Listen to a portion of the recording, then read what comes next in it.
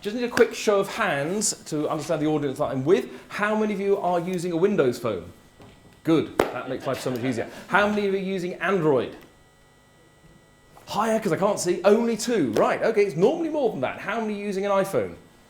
Well, that's nice, because the vast majority of what I'm going to do is going to be on the iPhone. So for you two who are using an Android, I'm going to try and keep it quite broad brush, but particularly the apps I'm going to show will relate to the iPhone itself. And part of the reason that I don't do so much with Android is because there are so many different models, which each do a slightly different thing. Whereas with the iPhone, it's much more unified, so it's much easier to do one message which will apply to all of you.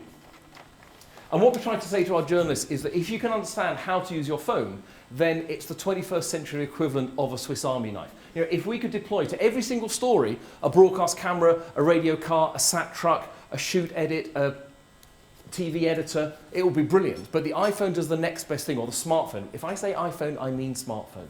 You know, other phones are available. But what it means is when you've got your phone with you, at any given time, at any given story, if something happens, you can record something that will be good enough content, quality, to arrive in the BBC to go on air and online. We would love to be able to send all our resources to every story, but it's just not possible. So we try to get our journalists across how to use their phones very effectively. And we initially start with what you do just with a phone. But if you have extra equipment, you can get better stability, better sound, better light, better storage, etc. But that's something else to lose, break, forget, have stolen, run out of batteries, etc. The phone on its own does a very good job in most circumstances. All the issues, all the complications are going to be overruled or overwritten if you've got all this extra equipment. It's one of those bizarre things that you try to be mobile, but I carry a suitcase of all this equipment and therefore I'm not very mobile. But it's worth learning how to use just the phone because that's the thing you'll always have on you. You're not going to carry all the time all of this equipment. If you plan ahead, depending on what you're doing with the content, if you plan ahead, take it with you. It will give you so many more advantages than just the phone. But you need to know how to use just the phone because on any given day, that's the bare minimum. That's what you'll always have with you. As I say, there are circumstances where your device will let you down. So for example, if there's not enough light, the smartphone is going to struggle. If there's too much sound, most smartphones can't regulate the input of the audio. So if it's overwhelming, there isn't much you're going to be able to do. Like I say, all that extra equipment gets over those problems. But if you just have the phone, you need to understand what it can do, but also perhaps equally importantly, what it can't do. How many of you work in sort of broadcast media? Some of you. And the rest of you, I don't know, newspapers or, I don't know, but what I'm trying to get from you is where is your content going to go? What are you going to do with it? Because depending on the focus of your content, different apps will do different things for you. Are you looking to get your content straight out to the world on a website, or is it going to be brought into a building and processed and edited and then put out somewhere? Are you going to put it straight onto social media? Or is someone else going to look at the content and do something with it before it sees the light of day? So depending on where your content goes, different apps do different things. And equally, depending on the speed at which that needs to happen. Obviously in news, we need to have things to happen very quickly. And so there are certain apps which will do things on the device and end the finished product. You can have a fully mixed package on your phone. But if you don't need to do that, if you're working on a long form project, then those apps that are useful for a journalist may not be so useful for you. If you're doing fully fledged filmmaking with your phone, then you can get apps which will like storyboard for you or do shot listing, which for a journalist isn't necessary. But if you have a longer form content, then that would be much more appropriate for you. But regardless of whatever your output is, whatever your content is going to go, there are 3 fundamentals that will make the difference between using your phone effectively, particularly for video, but using your phone effectively all told. So 3 fundamentals that make a real difference. And the first one relates to connectivity. Now, I've been quite surprised. In this building, I've got 4G, which is fantastic. But when you've got a large video file, and a video on your phone, about a minute of video could be somewhere between 100, maybe 300 megabytes. And if you're trying to file out onto social media or back to a colleague in a newsroom, a video that's 1 minute but only 300 megabytes, if you've got poor connectivity, you're really going to struggle. So try and get as much connectivity as you can. When I first started as a journalist, I used to knock on people's doors to say, can I use your phone to ring the newsroom? I am that old. But nowadays, I knock on people's doors to say, can I use your Wi-Fi? Because if you can plug into someone's Wi-Fi, which often is going to be faster and less congested than 3G or 4G, then you're going to be able to send much more quickly. If you're doing something outside, a football stadium with 30, 40,000 people all using their phones, you're not going to have much hope of sending your content. So always try and find as fast connectivity as you can. The next one is battery. If your phone is out of battery, it is a beer mat, but don't obviously put a pint of beer on it because it's useless. So ABC, always be charging. If, for example, you've got an iPhone 5S and you are fully charged and you record video, you will only get 45 minutes of video before it runs out of battery. So try and have some kind of reserve battery pack. If you go onto Amazon or other online website retailers are available, clearly, you can get a battery pack like this, 15 quid, 20 quid, it will recharge your device 6-7 times. You've really got to be doing something quite extraordinary to drain this as well as your phone. You can never have enough charge, otherwise your phone is going to be rather redundant. Another fundamental is storage, capacity on your device. Because a minute of video, like I say, you can push it to 500 megabytes if you record in 4K, glorious but really quite large. If you don't have much space, you're really going to struggle. So do whatever you can to free up your capacity. If you've got an app that you're no longer using, delete it. Many apps get bigger the more you use them. So Facebook is about 100 megabytes when you download it, but the more you use it, the bigger it gets. So delete the app and reinstall it, freeing up space. Photos and videos, if you don't need them anymore, delete them from your phone or put them onto your computer or put them onto a cloud. Anything that frees up space on your device, because if you run out of space, you won't be able to record much more. Now, the first thing that's going to be useful for iPhone owners, not necessarily the guys with Android, you can now get extra storage for your device. So this thing here is called the SanDisk iExpand. It's about 30 quid for 16 megabytes. It goes up to 256 gigabytes. Sorry, 30 quid for 16 gigabytes. So you can get a very, very large one, and then you plug in the lightning charger into the bottom of your phone. You can then transfer the content from your phone to the stick, delete it from the phone, carry on recording.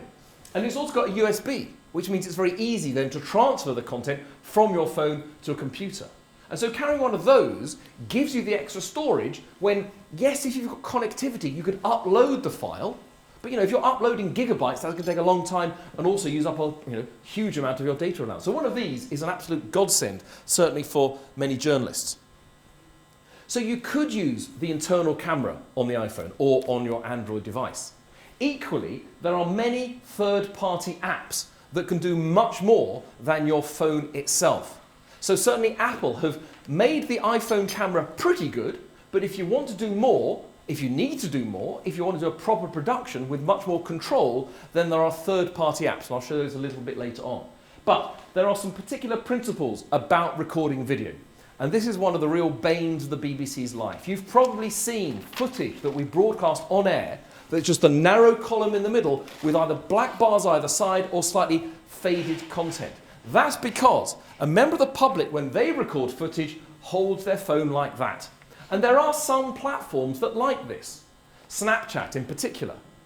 But if you want your content to look good on TV or on a computer screen or a cinema screen, then obviously you want to record it horizontally. Our eyes are side by side. But obviously for social media, there is now much more of a move to recording vertical content. But clearly for broadcast, you really need to be holding your phones horizontally. And you need to be able to record your content in the first place. Because one of the things that you may not use your smartphone very much for these days is to make a phone call or to receive a phone call. But if you get a phone call while you're recording video, it will stop what you're recording there and then. If you're interviewing someone, you might be able to say to them, look, can we do it again? But they might say, no, I'm too busy, off to do someone else. If you're filming an event, safari park, you've got some lions walking past you or a lion, mauling another animal, you can't exactly say if you get a phone call from your mum saying what time you're coming home for tea, you can't exactly say to the lion, would you mind doing it again for me?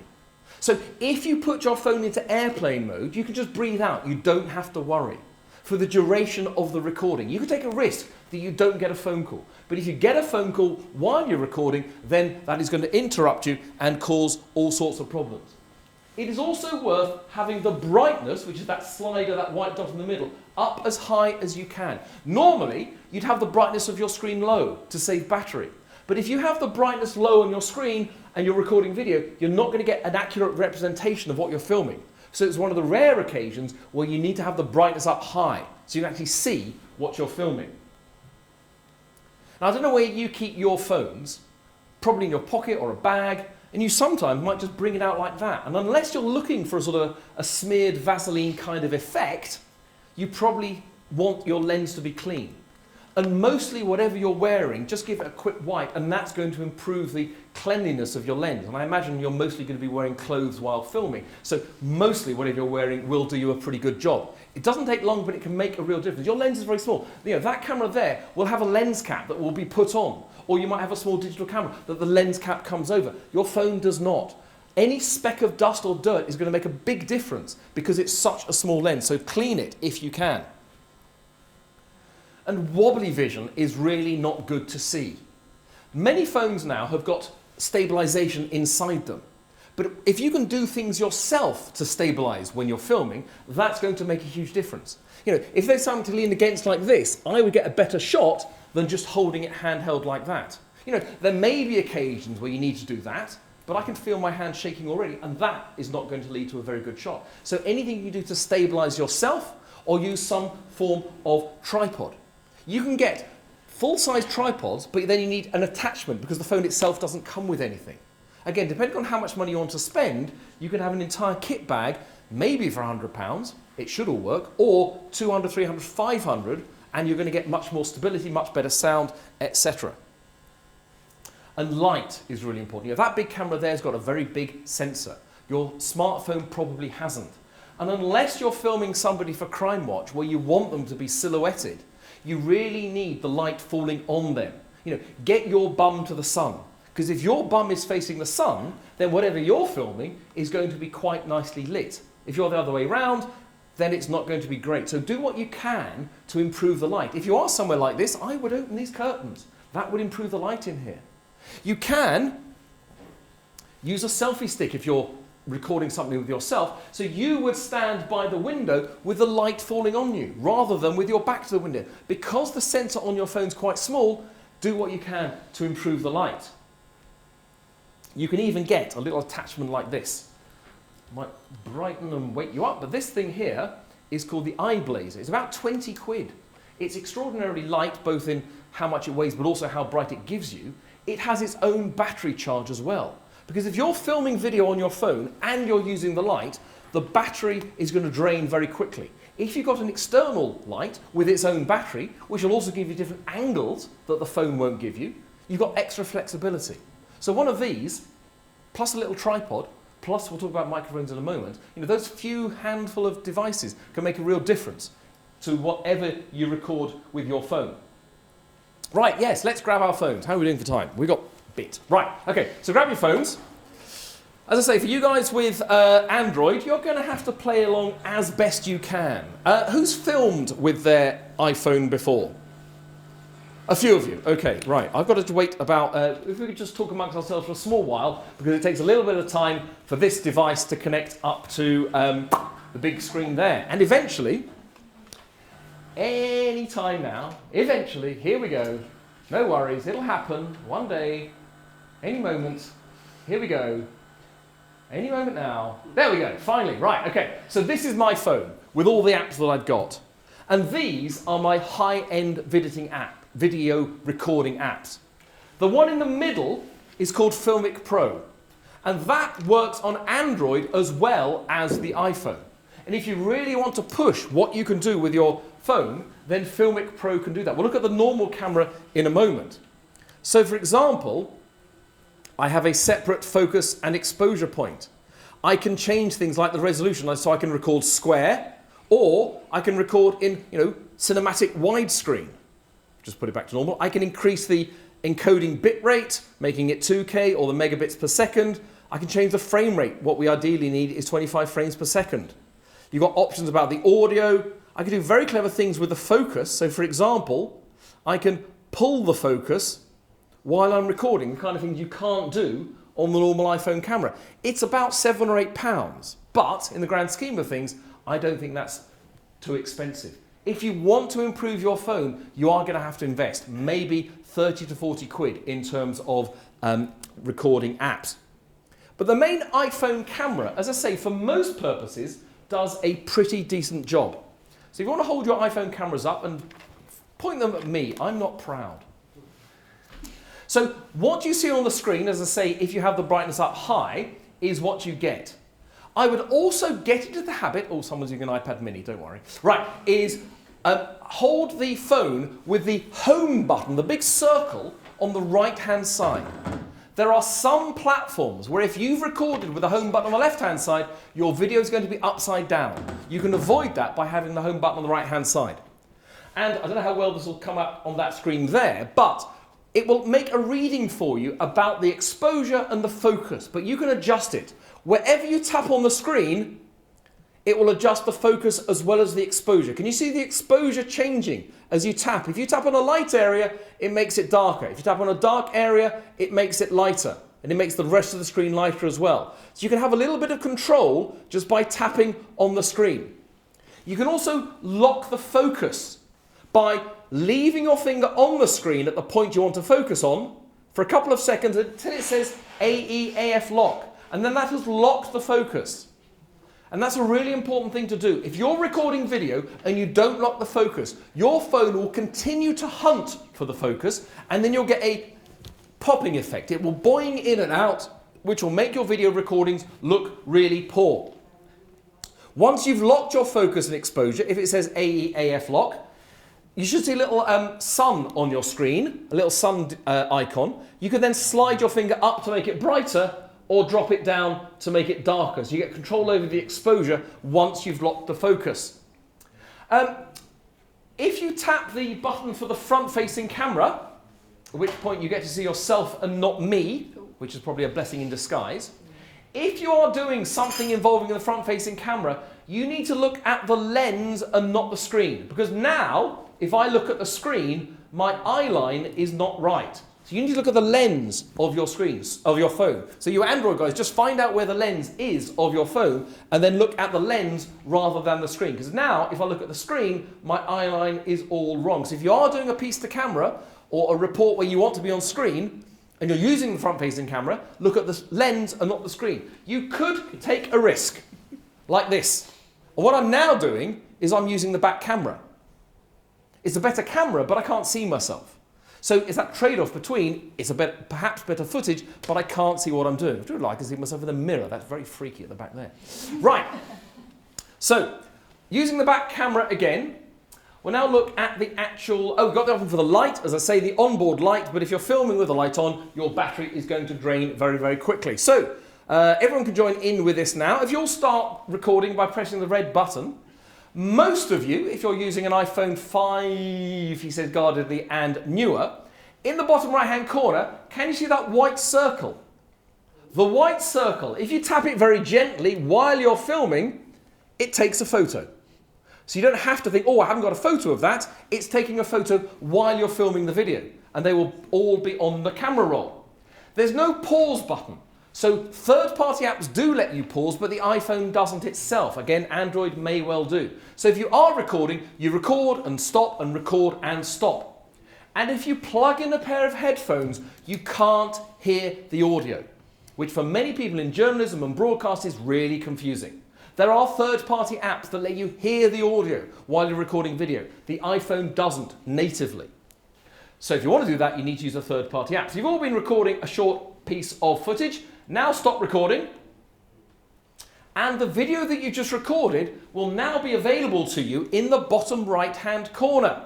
So if you tap on that, it will show you your video with the word edit on your screen. If you tap edit, at the bottom of your screen, I'm hoping this is all true for all of you with your phones, you see what looks like a little thumbnail, little film strip of your video. And at either end of it, you've got sort of a little chevron triangle. If you tap one of those with your finger, it will go yellow, and when you take your finger off, it will stop being yellow. But if you put your finger on and move it slightly, that has locked it into trim mode, which now means you can very simply, very broad brush, basically, top and tail, as we call it, your video. So it will keep the section in the middle and lose the bits either side. There are many third-party apps that can do so much more. iMovie, just briefly show you what iMovie can look like. If you want to put together an all singing, all dancing package on your phone, then iMovie can let you have, like this, 2 tracks of video and text and audio and cutaways, etc. It's like a full video editing suite in your phone. There is one for Android which is called KineMaster, but you have to pay a subscription for it. iMovie now comes included on the iPhone. If you just want to do very simple editing to make what you've recorded smaller, you edit your video and you can top and tail it. And of those 2 choices on screen, if you press done, which would you choose? Save as new clip, yeah.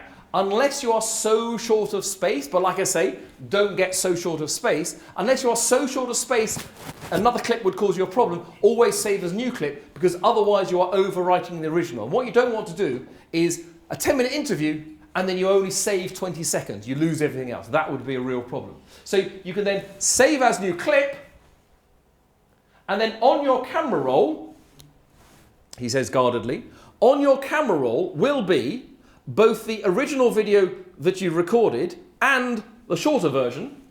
And then depending on the apps you have on your phone, you should have options for sharing. So using that arrow in the bottom left-hand corner, oh, and it keeps dropping out, that's slightly frustrating, there we go. You get different options. So depending on the apps you have on your phone, you can put your video straight onto YouTube, or straight onto other people on WhatsApp, or straight onto Facebook. You can't put a video from your iPhone camera roll straight onto Twitter. If you want to tweet a video, you have to go into Twitter, and then, wrong button, and then from Twitter, go to write a new tweet, and then access the video from your camera roll. You can't tweet directly from an iPhone onto Twitter. You can also record in Twitter video if you want to, just by pressing that blue icon there. I think it works for Android as well. With this, you press on that red record button and then let go. And then you press again and then let go. Another small section like this and then let go. And you can even do a piece to camera. Here we are training in Kidderminster or nearby. That wasn't very good, so I'll put that one in the bin. I'll do another one. Here we are training in West Midlands Safari Park on the outskirts of Kidderminster. And all these guys look fascinated by what we're doing. And now what I've made is, you know, a very quick package. So clip, clip, clip, piece to camera, clip. And now I can share that onto Twitter. Don't worry, I won't. You're okay. For all of our sakes, I'm not going to share that. So if you want to upload a video to Twitter, you have to do it from the app itself. Most other, or many other apps, you can integrate directly from the camera roll. So depending on the options you've got, you might choose different apps for different abilities. Now, let's all talk amongst ourselves again for another minute or so while this screen changes back. But one thing that people don't think enough about when they record video with a smartphone is the audio. They think, does it look good? And yes, that's obviously important, but the audio is really, really important as well. Now, I'm using a radio mic as well as shouting, but a radio mic is perfectly fine, but again, they could be £600 or so. If you want to use just your phone, you need to work out where the microphone is. And again, on an Android device, it could be anywhere. That's the beauty of Android. They're all slightly different. Who knows where the microphone is? If you're using an iPhone 5 or newer, if you're recording video using the front-facing camera, your microphone is at 0.1. If you're recording video using the back-facing camera, which is what you will mostly be doing, your microphone is at 0.2. If you are recording just audio using an audio-only app, then the microphone is at the bottom on the left-hand side between the headphone socket and the lightning port. So it's worth remembering where the microphone is. Again, third-party apps let you change where the microphone can be. So you could record using the back camera, but using the bottom microphone, which means you could put a windshield over it, which could really help if it's very noisy. Now, I can only demonstrate this by playing a bit of me, for which I can only apologise. So bear with me.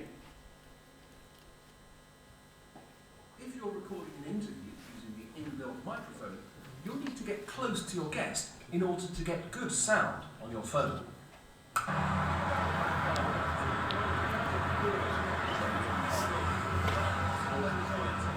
So if you've only got the phone, the closer you get, the better the audio will be. You don't want to be like, unless you want to, a spaghetti western, where all you can see is their eyes, but the nearer you get, the better the audio will be. And unfortunately, for some BBC people, that has caused a problem. So do you remember a story last year when this Russian plane was blown up coming out of Sharm el-Sheikh in Egypt? The reporter got there very quickly, and with his phone, he did a little interview with these holidaymakers who'd been stranded and couldn't leave the destination, couldn't leave their hotel. And we had to put subtitles on English-speaking holidaymakers because they were so far from the phone. In a big hotel lobby, you don't get very good audio if you're at that distance. So if you are just using the phone, the nearer you get, the better the audio will be. There are ways to improve the audio. Compare and contrast this one just with the phone. It's very loud and very noisy, which we weren't anticipating. But a good start to the morning. Lots of people seeming very engaged. So that, not great audio. Another version. Well, it's very jolly. There's a real buzz in the hall. Not least the music making that's going on around us creates that. Can you appreciate how much better the audio is? Anyone worked out why the audio is so much better? What was he doing? What was he using? An external microphone. He was using an external microphone, but not just any old external microphone. He was using, and I will demonstrate by putting that about here, about there. You see, just coming into shot at the bottom, he's using his iPhone headphones. If you happen to have those on you, again, other smartphone headphones may work, can't be certain. These have a pretty decent microphone. And you might just have these on you. And what these mean is you could plug these into the headphone socket of your phone, and then you can put the microphone nearer your guest. You could even move it backwards and forwards so you get yourself in quality, you get them in quality, rather than having to be right near them.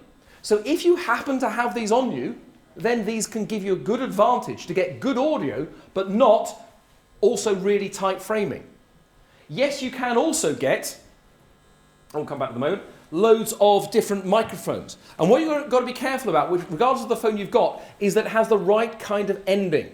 So this is a specifically designed microphone for the iPhone. If you put a normal microphone you might use for a small camera or a DSLR into your iPhone, it will not work. It doesn't have the right connectors. It needs to have 3 black lines and 4 sections. This is called tip, ring, sleeve. If you put a microphone in that only has tip, ring, sleeve, so 2 lines, that will not work. You can plug it in, but the sound will still be recorded on the phone.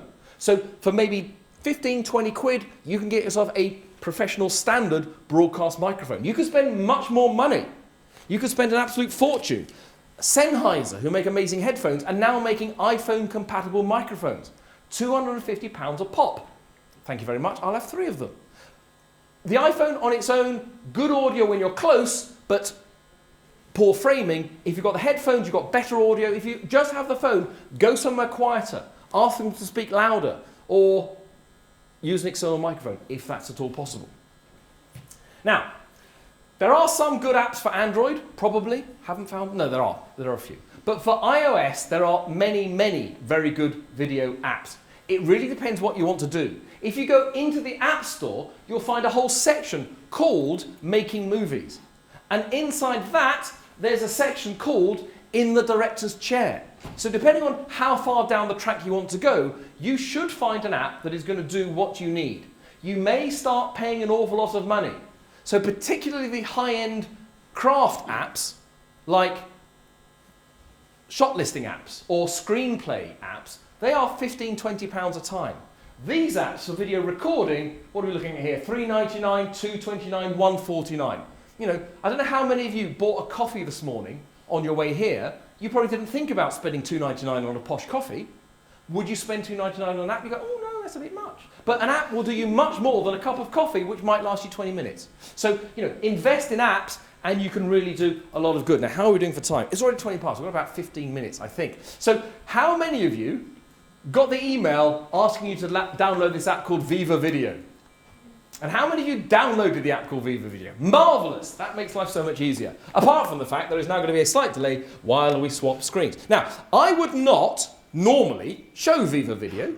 It's okay, it's all right. The thing about Viva Video, it is one of the few apps that works across platforms. So for you guys using Android, if you downloaded it, what I show you on my screen, eventually when it loads up, should look exactly the same on Android as it does on the iPhone.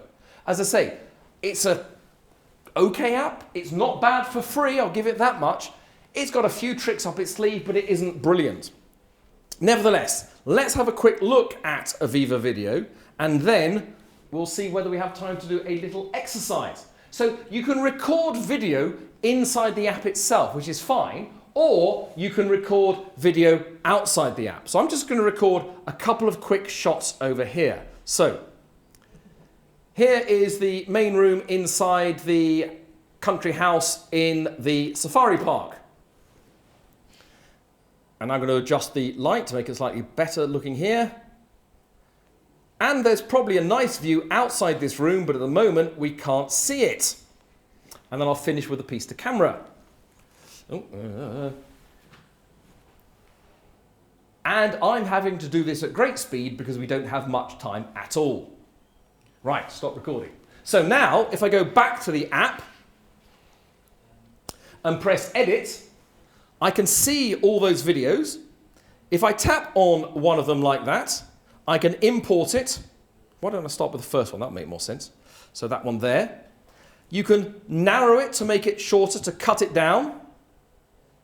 Here is the main room inside the country house in the... Oh, there. So that's the first one. The next clip, we'll take it down a little bit like this. Probably a nice view outside this room, but at the moment we can't see it. I'm doing things far too quickly, and then I can narrow down the last section here, like this, until I stop speaking. I say, it's moderately intuitive. I've then got at the bottom my 3 clips. Here is the main room inside the country house in the safari. Probably a nice view outside this room, but at the moment we can't see it.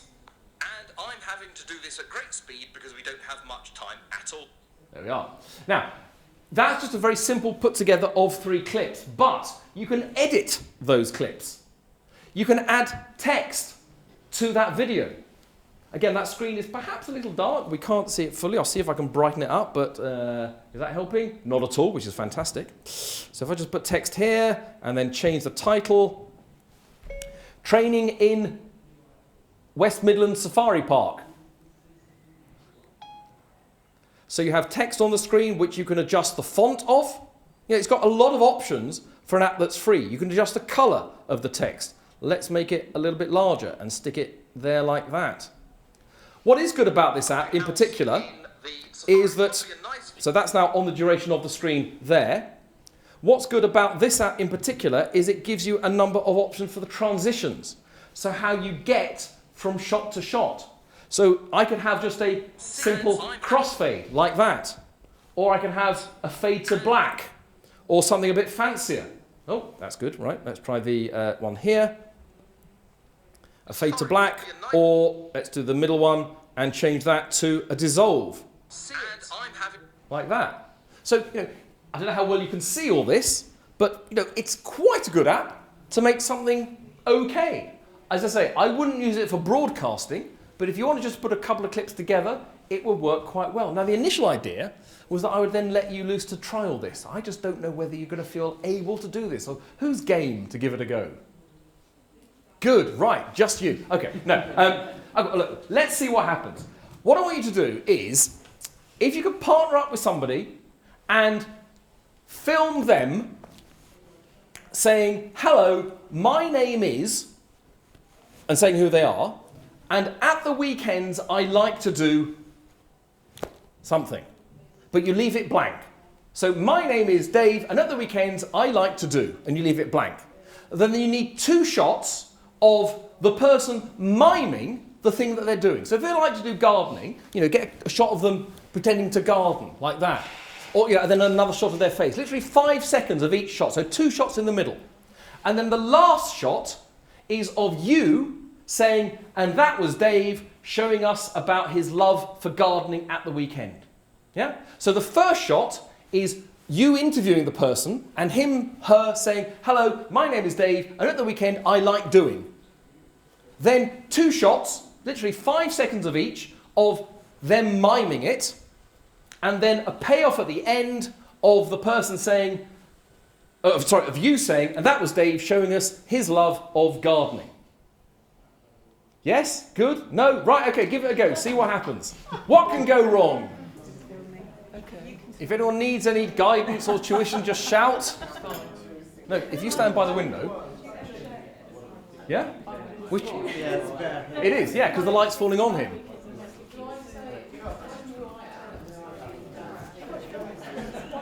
How's everyone going? We've got about 10 minutes to do this, so...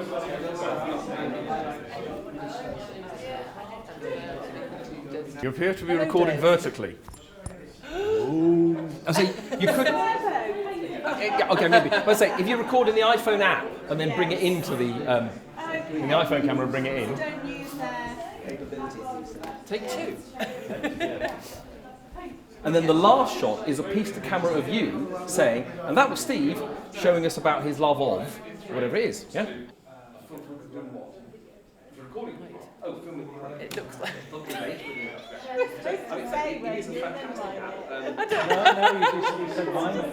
How's everyone going? Singing your trick is that? Was that eating? How's everyone going? I prefer to record on the iPhone camera because then exactly, yeah, record on the iPhone camera and then bring it in. Yeah.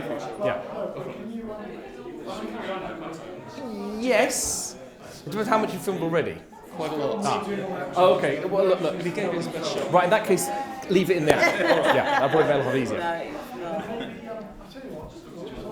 Have you got all your shots? I'm just going to do that, and that was whoever doing it. Yeah. Okay. So has everyone done one themselves and then filming and swapping over so that they each have something? With that glorious Technicolor screen that we've got here, we want to see what you've done. Who is willing to let their production be seen? Right, okay. Yeah. Very brave to be first. Slight pause. Talk amongst yourselves. Here we go. Thinking about it. Ah, video. Yes, that's what we want. S-video. We want that as well. Computer, maybe. I don't know. Hey! Right. Here we go. I'll just turn the sound up. Hello, my name's James. At weekends, I like to...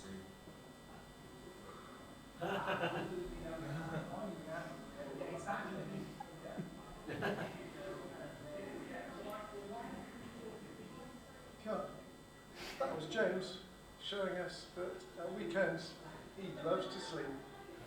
I think, in the time that you had, that's pretty good. Really, genuinely very good. I could be critical, but I'm not. Right. Who's next? Come on. Somebody else. Well done, James, and whoever the other person was in it. No one else? My sound didn't work. Your sound didn't work. You were filming over here. I haven't put mine together yet. You There's haven't? so many rubbish ones. I can't delete them. Genuinely no one else? Not me. Too many bleepers. Yeah. No, I mean, look, if we had more time, like I said, unfortunately, we got crunched down to 45 minutes. But, in the time that we had, the fact that you were able to put, you experienced TV makers? No, in that case, even more impressive in the time that you had. I'm now going to return your phone and say, well done, firstly, for doing it so well, and secondly, for being brave enough to share it. So, this is just to give you an idea of, some of the basic things that you can do that will make your video filming with a phone so much better. And like I mentioned, things that you can do to make your phone so much better will mostly involve other apps. Now, some people will disagree and say it's a bit like putting lipstick on a pig, that if you don't have a good story in the first place, no matter how you dress it up using third-party apps, that's not going to help. But there are so many apps that can do so many clever things. And like I mentioned, there are third-party filming apps. And I would recommend getting more than one of each category. Because if you only have one, and on the day you need it, the app misbehaves, you've got a problem. So getting a backup app and learning how to use that, it might cost you another couple of quid, but certainly worth doing. App here called ProMovie. I think at the moment it's 79p. Unfortunately, it won't go horizontal, but it's got an amazing functionality for the money. Or there's an app, the next one to Filmic Pro is called, in the top right hand corner, next best is called Movie Pro. Or Videon, lets you sequence clips together. I say in terms of video editing, iMovie is probably going to be the best one you want to get. It's got, say, 2 tracks of video, 3 tracks of audio, but it's very large. It's about 700 megabytes before you even download it, when you first download it to your phone. A much simpler one is called Splice, but you could be quite happy with Viva Video. If you want effects in your video, then this app here is called 8mm, and it gives you that real effect of a film from 100 years ago. Or some of you may be old enough to have used a camcorder. And this app here called VHS Cam is giving the same kind of effect for you. You can even adjust the date. So what you could have is something filmed, apparently, on the 7th of October 1995. The what? What are you saying, Court? Well, you could film something on this and then send it to the media and say, look, I've just found this in my uncle's loft. It completely changes our understanding of something from the late 90s. So please don't do that to the BBC. Or this one here called Newsmage. It's a bit of a strange name, but the app itself has just an amazing range of functions. So it gives you a soft focus or a zoom blur or perspective, or, given the lovely summer we've been having, it will also do an option of droplets on the screen, or snow, or even rain. Again, a couple of quid gives you many more options. It really is quite good, given the fact, it's not that expensive. There are apps for putting visual effects onto your screen, like Action Movie, or this one here called Glitch Video. So just put Glitch Video like that, and then depending on where you tap on the screen, you get sort of a slight different effect of your video. So lots of apps that give different effects on your video. Lots of apps that can do text onto video. Increasingly on social media, you need text on video to make things very visible. So one of the best is this app here called Font, which is basically video font. And you can bring in a video from your camera roll like this. And then on top of the video, you can add some text. We are training in West Midlands Safari Park. That worked well, didn't it? Right. I tried to save time. We are training in... I'm going to put Kidderminster just because it's quicker. Kidderminster. Done. You live at Kidderminster. Is it? Oh, I don't know. I'm from London. It's all the same to me. Right. And you can adjust the size. You can adjust the font. You can adjust the colour. You can adjust how it comes in and how it comes out. So, for example, now I could have that sort of zooming across the screen like this. So I'll start it there and end it there. And now if I start playing like this, without the sound, that's probably a bit quick, but it zooms across the screen. Again, a couple of quid to add text to your video. Or this app here called Intromate. If you need to have a sort of a slightly glossy start to a production, this app will do this for you. So depending on, again, the look and feel you're looking for, you would change those words, and that would be the beginning of your piece. Or another one like this. Where's it gone? There we are. The product. So that comes in from the right, and then all those bullet points appear on the left-hand side. Again, just a couple of quid. Or this one here, called media design. You can change each of these words to be relevant for the story or the location that you are working in. Again, another couple of quid, but something that could be very useful. There are apps that let you draw on your phone. I don't mean literally, because then your screen gets quite hard to see. But this app here called Video Scribe, when it loads up, I'll show you an example of one that I've done. So you get this animated hand. And this is all the drawing for you. You bring images into the app. And then it, unfortunately, it's only a white male hand, but, unfortunately, the developers haven't brought anything else into it. And whatever you write into the app, the hand animates to write for you.